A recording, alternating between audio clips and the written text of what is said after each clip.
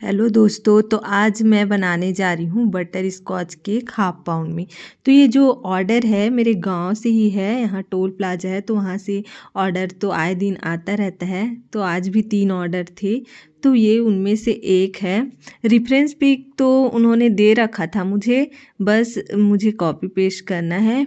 Cake में blue base है उसका, और बस मुझे छोटा छोटा क्यूट सा वाइट फ्लावर्स बनाना है। क्रीम से, वाइट क्रीम से छोटा छोटा पेटल बनाते जा रही हूँ, जिससे इसका लुक बहुत इन्हेंस हो रहा है।